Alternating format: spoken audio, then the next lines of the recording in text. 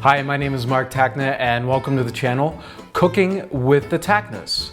Today I'm going to show you how to make slow cooked spaghetti sauce, Italian style. Now, I call this Sammy's slow cook Italian spaghetti sauce because I learned it from my BFF Sammy. Now you're saying BFF. Well, he really is.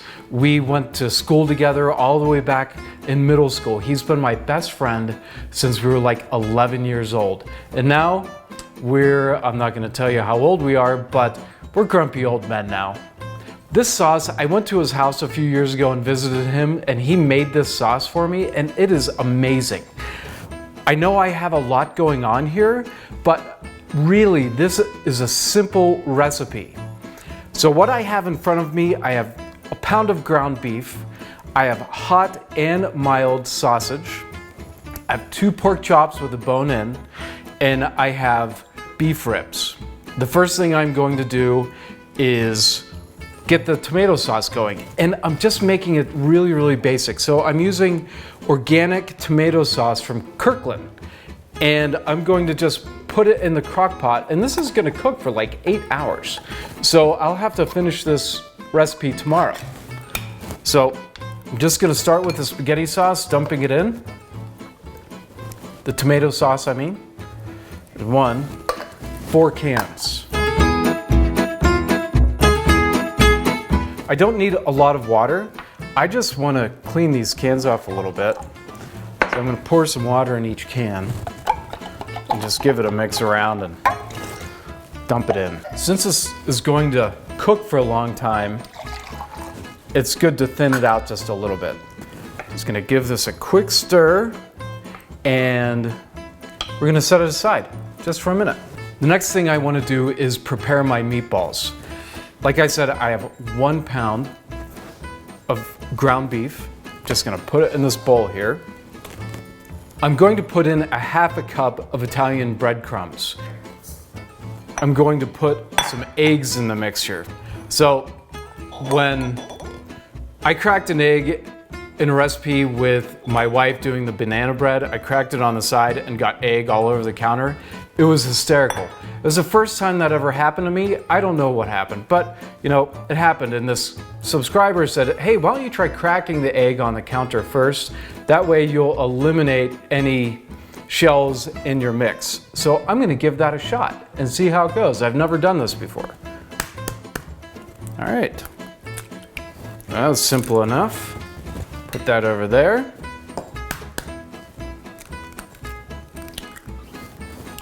Look at that, no shells. And I didn't get it all over the counter. So we're gonna whisk it together really quick. All right, just pour that right in with the meat and with the breadcrumbs. I like to use my hands. I like to get in there and get down and dirty with it. So I'm just gonna go ahead and start mixing this all up with my hands. This is gonna be great. It's really gonna be moist. Okay, I'm gonna make my meatballs now. It doesn't really make a difference what size meatballs you make. You can make big ones, you can make little ones.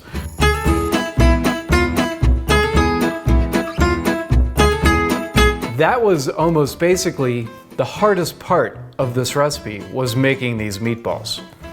And that was really simple, right? Okay, I'm gonna bring all of this over to the stove top, and we're gonna get started on the stove.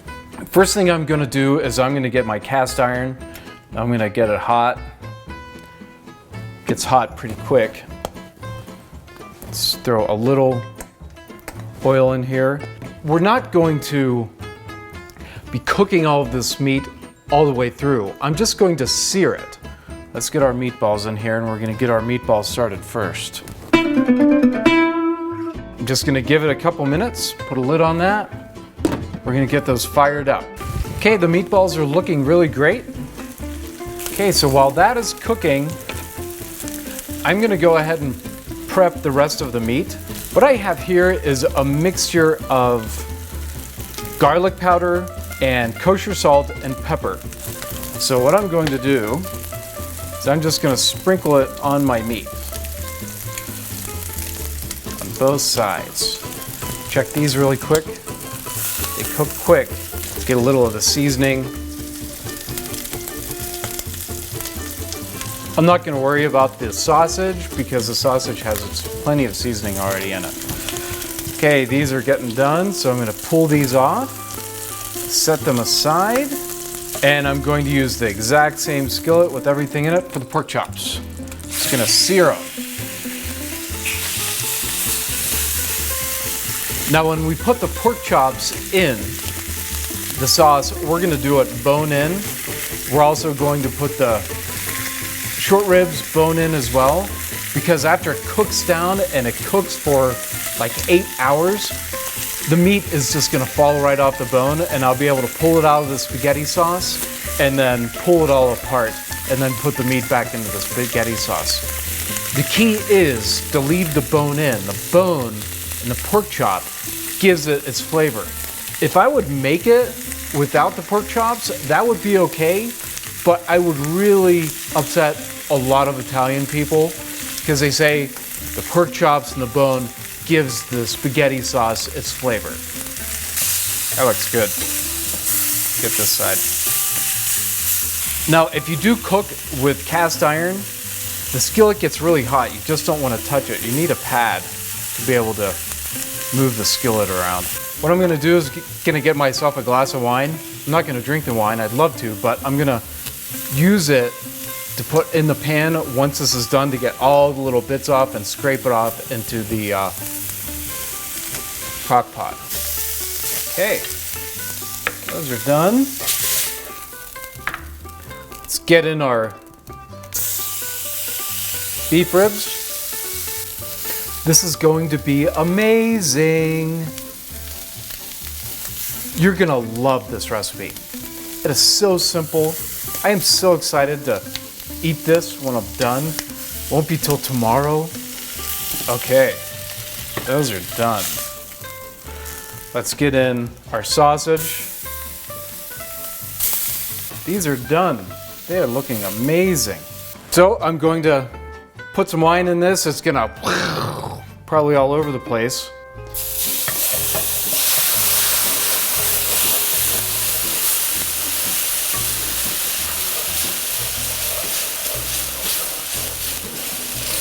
When you cook wine like this, it cooks all the alcohol out. If you don't want to use wine, you can just use some water. Red wine works great. And it's going to cook all that alcohol out so you don't have to worry about it. Here it is. Now it's time to add the meat. Like I said, this is going to make a lot. Now I'm going to cover it, and I'm going to put the crock pot on low, and I am going to let it cook for like 8 hours. It is the next day already. This recipe doesn't necessarily take 2 days. If you start your sauce early in the morning and then wait 8 hours, then you can do what I'm about to do now. So I'm really hoping that my beef and my pork fall right off the bone and I can easily shred it. So let's check it out. Okay, here's one of the beef ribs, another part of the beef rib. Here's a pork chop. Boy, that's just starting to fall apart already. You want to try to make sure to get all the bones and all the fat out of your sauce. This is falling right off the bone. It's exactly what I wanted it to do. It smells absolutely amazing. I can't wait to try it. Start pulling things aside. Look at how it's just peeling right apart. That's great. Just put that right back in. With this dish, everyone will love it. You can put it on any kind of pasta that you want. I recommend a thicker pasta, just thick spaghetti or fettuccine. You know what? And come to think about it, I think this would make a killer lasagna. Absolutely killer. If you make this for your family and friends, you will never get rid of them in the kitchen. They will love you forever and always come over to eat. And once you get it back in and cook it up a little bit longer, it's gonna be amazing. I know I use the word amazing a lot because it is amazing. But remember, the key for flavor is the bones that you have cooked in with it. However, I have not forgot about my vegetarian counterparts. Heather and Willow's sauce, the vegetarian sauce, super simple. You can go to the grocery store, you can get your favorite spaghetti sauce that you want. It doesn't matter. The sauce that I'm going to use is our own homemade tomato sauce. There is a canning video about how we made this sauce. This is all vegetarian. Just gonna pour the sauce right in. I go to the store. Heather and Willow, they like the Gardein plant-based meatballs. I'm just gonna do 2 meatballs each. They're not big eaters. This is also a plant-based sausage. And that's it for Heather and Willow's vegetarian sauce. So we're gonna be able to eat together and have the same meal. Theirs being vegetarian, mine being complete carnivore. I do want to taste it.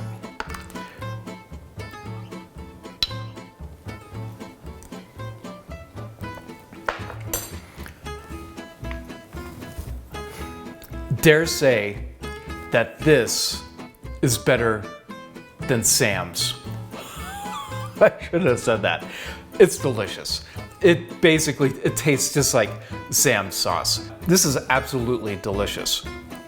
The tomato flavor, just the flavors of the meat and the bone just mixed together. But remember, this is a base recipe. If you want to add to it, you can. You can put some Italian seasoning in it if you need to.